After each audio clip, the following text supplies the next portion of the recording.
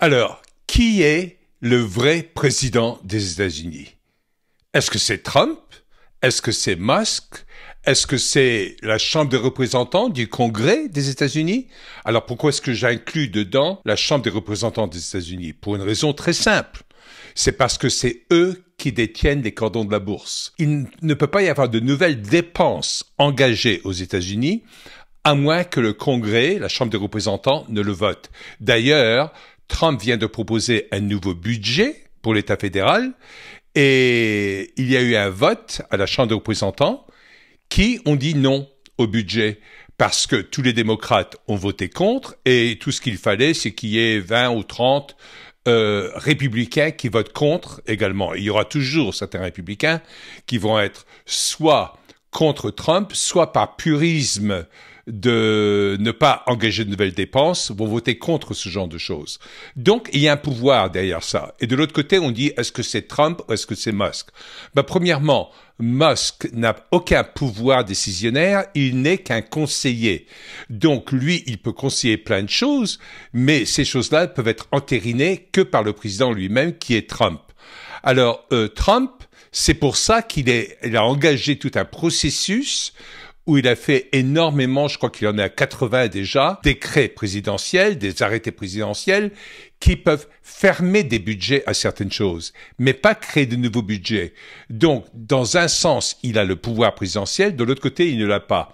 Ce qu'il a fait, qui est exceptionnel, c'est qu'il a enclenché le processus d'une façon très intense, où il n'a pas attendu longtemps, parce qu'il sait qu'il faut qu'il décide très rapidement. Parce que, à partir de 2 ans dans son mandat de 4 ans, ça sera déjà le début de la campagne présidentielle pour la prochaine élection présidentielle.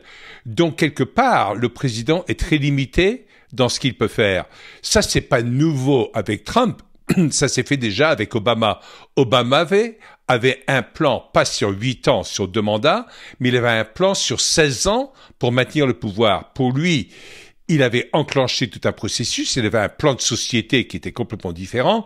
D'ailleurs, on en subit encore les conséquences, parce que il comptait sur le fait que Hillary Clinton allait faire 2 mandats juste après lui. Donc 2 mandats d'Obama et 2 mandats de Hillary Clinton auraient fait 16 ans d'une politique bien définie. Ça, c'est pas nouveau non plus, parce que c'est ce que voulait Kennedy au départ.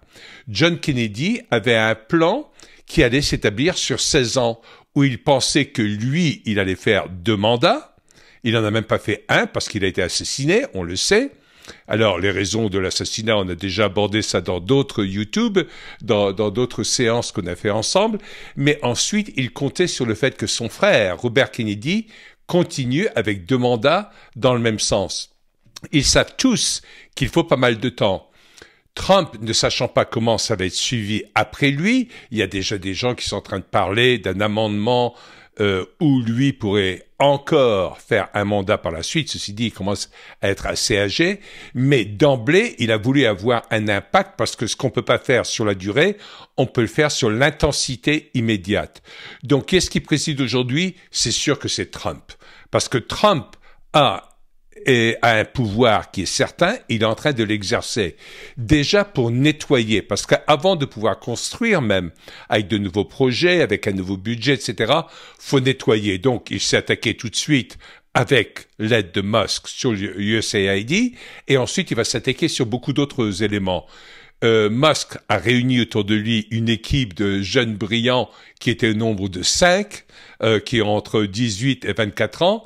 Mais là, il y a déjà énormément d'autres personnes qui ont postulé des candidatures. Ils sont une centaine de jeunes brillants qui vont fouiller, qui vont aller chercher dans des tas de choses.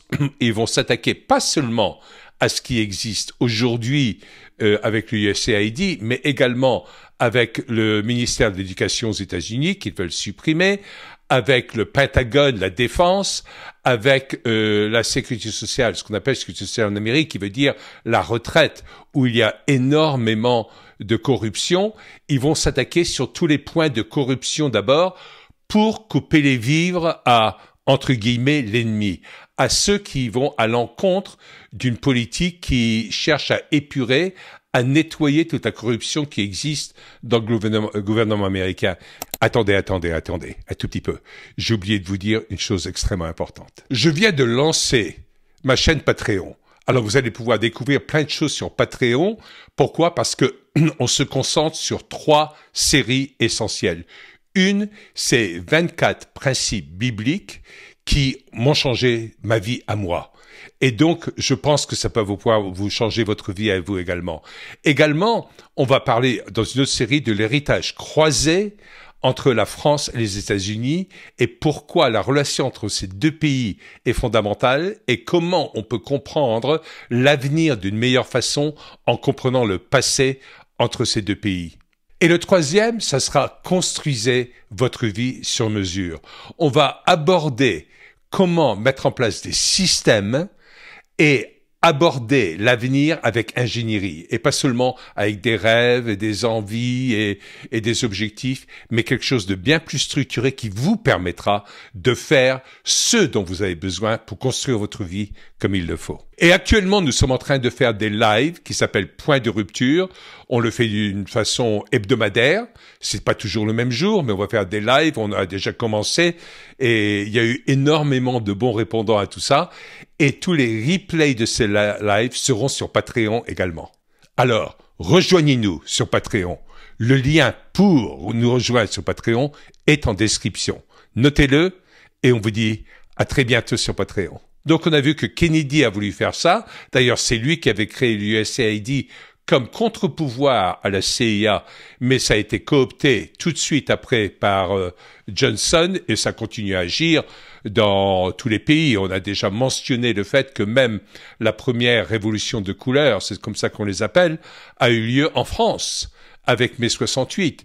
Mais ça a continué à travers le monde et ça continue encore aujourd'hui. Mais aujourd'hui, tous les médias sont en train de râler, de se plaindre parce que leurs vivres ont été coupés.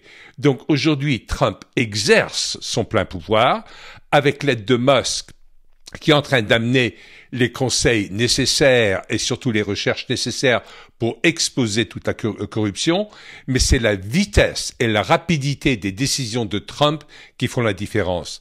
Et Trump va continuer, il s'en fiche pas mal de ce que les gens vont dire de lui dans tous les pays. En même temps, il déroute tous les autres sur ses décisions sur Gaza, sur d'autres domaines, sur le fait de ramener les pailles en plastique qui semblent complètement aberrants là-dedans, mais il réunit le peuple autour de certaines choses qui sont gratuites, c'est-à-dire Trump, en tant qu'homme d'affaires, sait ramasser de l'argent gratuit. Qu'est-ce que j'appelle de l'argent gratuit?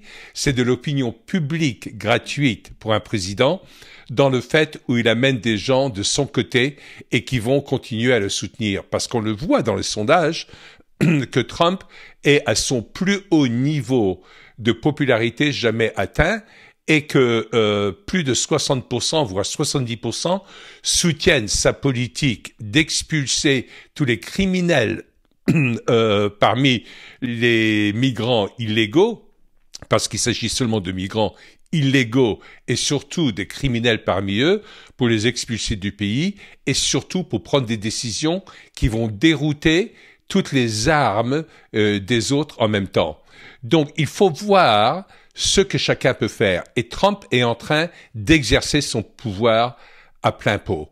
Et c'est moins subtil que ce qu'Obama avait fait, parce qu'Obama l'avait fait par derrière et d'une façon un peu plus complexe, un peu plus subtile, et les gens s'en rendaient même pas compte de ce qui est en train de se faire, alors que Trump le fait directement. Donc, qui est le véritable président des États-Unis? Aujourd'hui, c'est Trump, sans aucun doute. Combien de temps ça va durer?